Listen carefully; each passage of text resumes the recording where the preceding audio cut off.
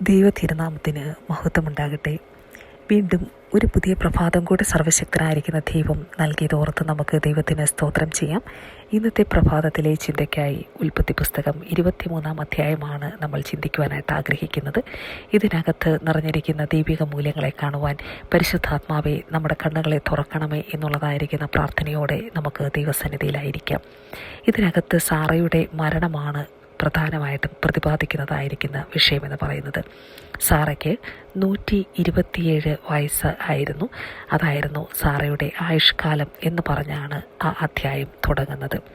75 വയസ്സിൽ അബ്രഹാം തൻ്റെ വീട് വിട്ട് പുറപ്പെടുന്നതായിരിക്കുന്ന സമയത്ത് സാറ അന്നു മുതൽ അവസാന നിമിഷം വരെയും അബ്രഹാമിൻ്റെ കൂടെ നടന്നു.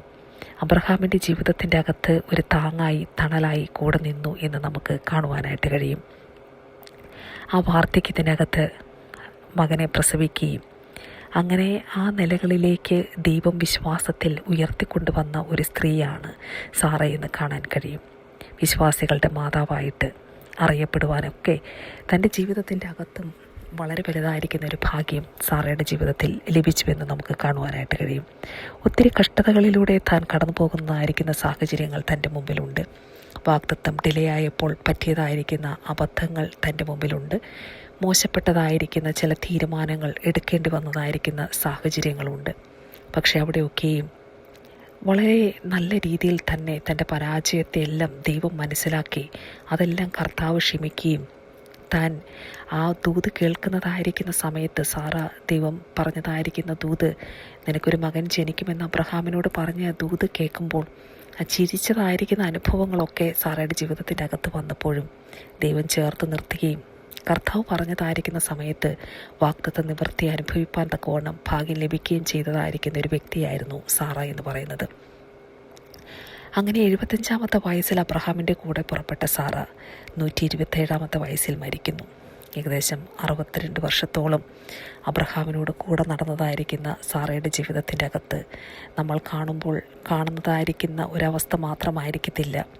ആ ഒരു ദൈവം വിളിച്ചിറക്കിയതായിരിക്കുന്ന വ്യക്തിയുടെ ജീവിതത്തിൽ കൂടെ ഒരുമിച്ചുള്ള യാത്ര എന്ന് പറയുന്നത് നമ്മൾ ചിന്തിക്കുന്ന നിലവാരത്തിൽ ഒരു പക്ഷേ ഈസി ആയിരിക്കണം എന്നുള്ള നിർബന്ധമില്ല. പക്ഷേ അവിടെ ഭർത്താവിനെ യജമാനനെ എന്ന് വിളിച്ച് കീഴടങ്ങിയിരുന്നതായിരിക്കുന്ന ഒരു സാറയെ പുതിയ നിയമത്തിൽ നമുക്ക് കാണുവാനായിട്ട് കഴിയും.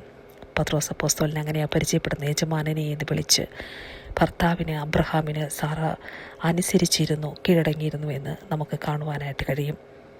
പ്രിയമുള്ളവരെ, നമ്മുടെ ജീവിതത്തിൻ്റെ അകത്തും ദൈവം ആഗ്രഹിക്കുന്നത് ഭർത്താവിന് കീഴടങ്ങിയിരിപ്പിൻ എന്നുള്ള വചനം പോലെ വളരെ ബഹുമാനത്തോടെ കീഴടങ്ങിയിരിപ്പാൻ പരിശുദ്ധാത്മാവ് നമ്മളെയും ഓരോരുത്തരെയും ദൈവം അതിനായിട്ട് ശക്തീകരിക്കട്ടെ.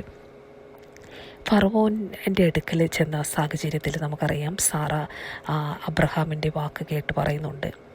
അബ്രഹാമിൻ്റെ പെങ്ങളാണെന്ന് പറഞ്ഞ് ഫറവോൻ്റെ അടുക്കൽ പോകേണ്ട സാഹചര്യം വന്നു.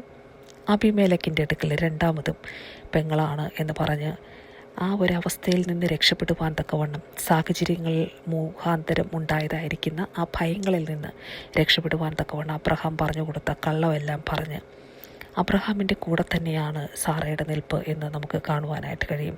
അതൊന്നും താൻ ധിക്കരിക്കുന്നില്ല. അങ്ങനെയുള്ള സാഹചര്യങ്ങളിലെല്ലാം അബ്രഹാമിന് കീഴടങ്ങിയിരിക്കുന്നതായിട്ട് നമുക്ക് കാണാനായിട്ട് കഴിയും.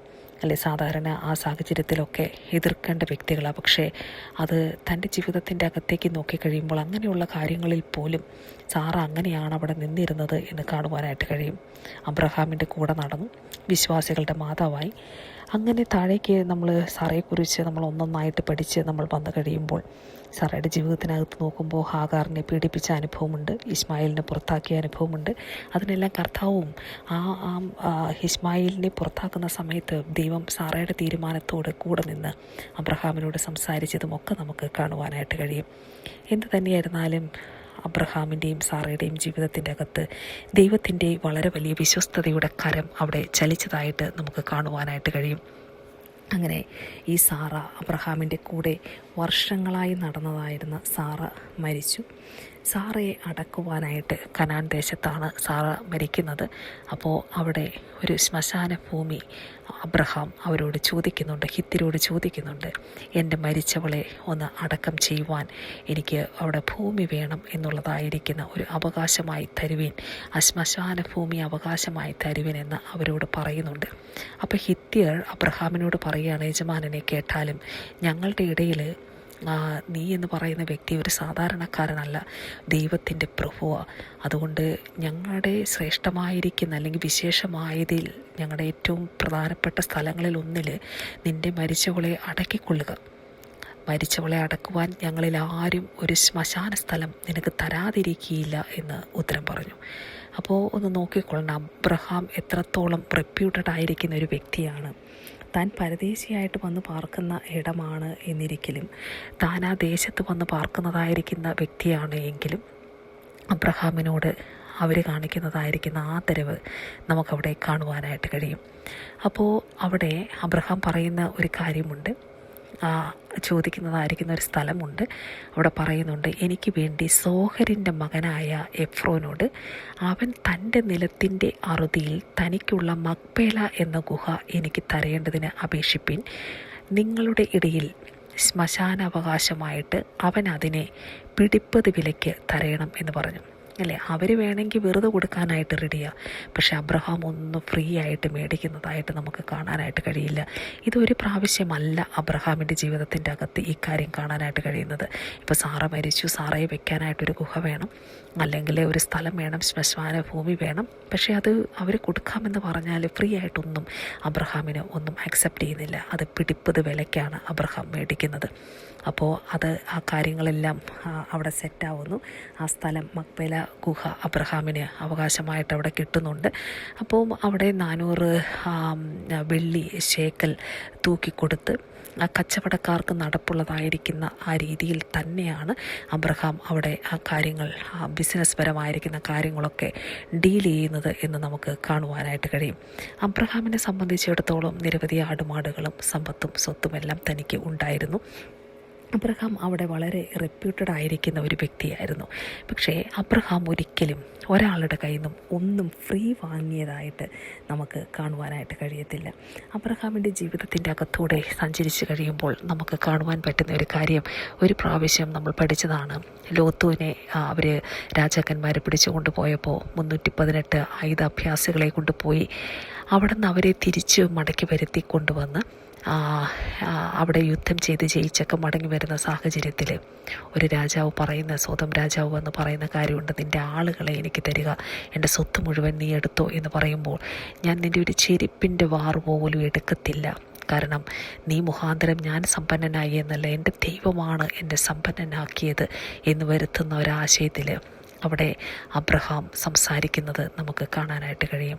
ഒരിക്കലും ഫ്രീ കിട്ടുന്നതായിരിക്കുന്ന ഒന്നും അബ്രഹാം എടുത്തിട്ടില്ല എന്നുള്ളത് വളരെ ശ്രദ്ധേയമായിരിക്കുന്ന ഒരു കാര്യമാണ്.